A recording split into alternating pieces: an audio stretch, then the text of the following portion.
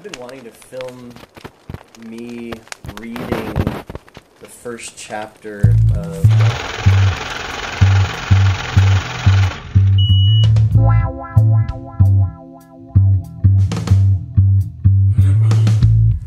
That's cool. That'll work. Okay. Maybe my clapper, but I can clap for now. Let's see here. Mic check here. We got a cheers, and this is our clank. Kayam. Or Manyud. Very good, very good. So, today's date is December 12th, maybe? No, 16th. That's right. December December 16th, 2015. 12:51. Almost 16. 12:51.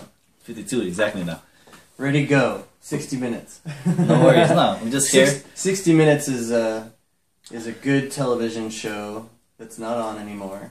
That's being replaced by good conversation. It's being replaced by good mind setting. By real and mastermind adjusting. Real masterminding. So, my name is Sursai Villalai, go by SV, and I'm here with the wonderful Seth Pollock. Sweet. I go by Seth Pollock. That's great. It's easier to say and remember. And I'm here at a lovely place, his home, on the dining table. Those that can see on video, for those that can't, get here in audio. And this is just part of my platform I'm looking to introduce in the coming years. So stay tuned and learn along, and we're happy to share with you what we do know in our life. Absolutely. Yeah. So we have some time to discuss a project that I've put together over the last year or so called Unity Messenger. And Unity Messenger is a mission that focuses on creating unity and empowerment by adding value to people's lives. That's the mission statement of Unity Messenger. And the magical process that happens within Unity Messenger is identifying what is value for somebody. What type of value is going to mean the most, make the biggest difference in their life, usually in the categories of mental, emotional, spiritual, and physical pieces of their life. That pretty much covers everything that we are participating in as human beings in this small amount of time that we're here.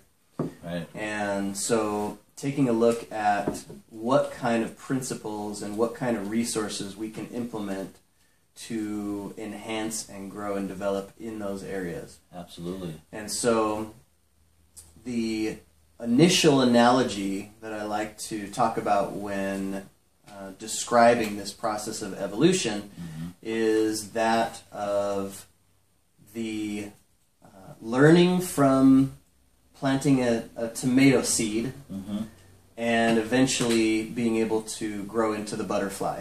And what I mean by that is we can learn from nature the same principles that we're governed by.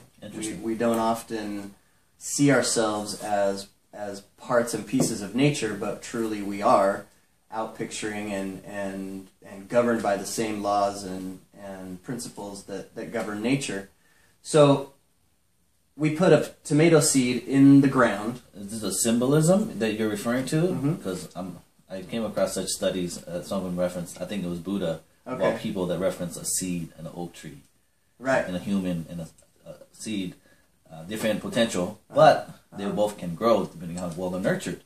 But please go on. I'm just curious to go see where you're going with this. Right. So the tomato seed gets put into the ground, and roughly you've got 90 to 120 days or so before that seed will become a plant and eventually bear fruit.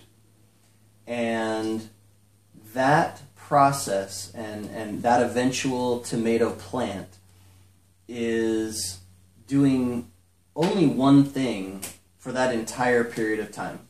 And that is taking its surroundings, gathering up and acting as a sponge and gathering as much nourishment as it can, and it's growing every single day. And the only way nature says that it's going to allow that tomato plant to eventually bear fruit is if that growth process is ongoing and occurring every single day. And if somehow that tomato plant made the decision, you know, I don't think I'm going to do any growing this week. I think I'm going to take the week off. I'm going to go lay in a lounge chair and just, you know, throw caution to the wind and we'll see what happens.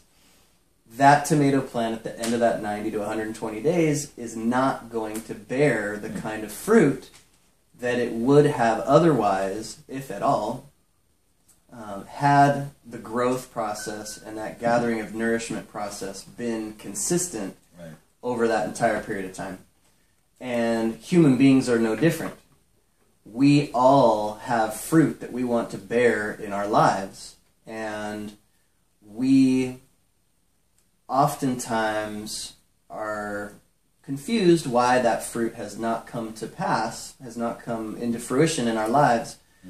And we are governed by the exact same laws as that tomato plant. And if we choose to grow on a daily basis, if we choose to continue to get out of our comfort zone on a daily basis, then we can learn from the wisdom and the principles that have been laid down before us.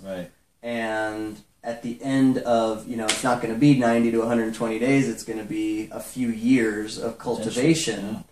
We're millions and billions of times more complex energetically than the tomato plant. If I may, I imagine what you're saying holds a very symbolic truth in the fact that depending on the seed and the product of the outcome of the plant, they can have different time lengths.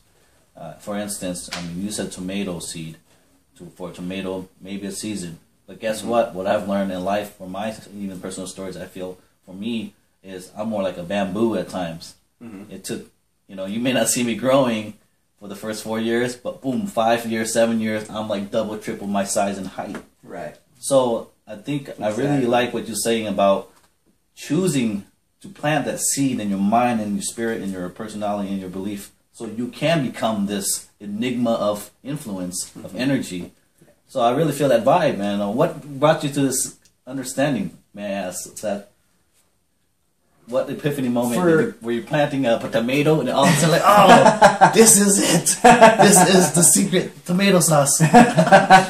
For many years, I had a tomato garden, and among other vegetables. And one of my favorite things during the year, that time of year came around, and I'd go and get the soil all prepared and plant my at least 3-4 plants and really enjoy the process of cultivating that. So yeah, I've definitely loved actually having that experience with the yearly cycle of gardening.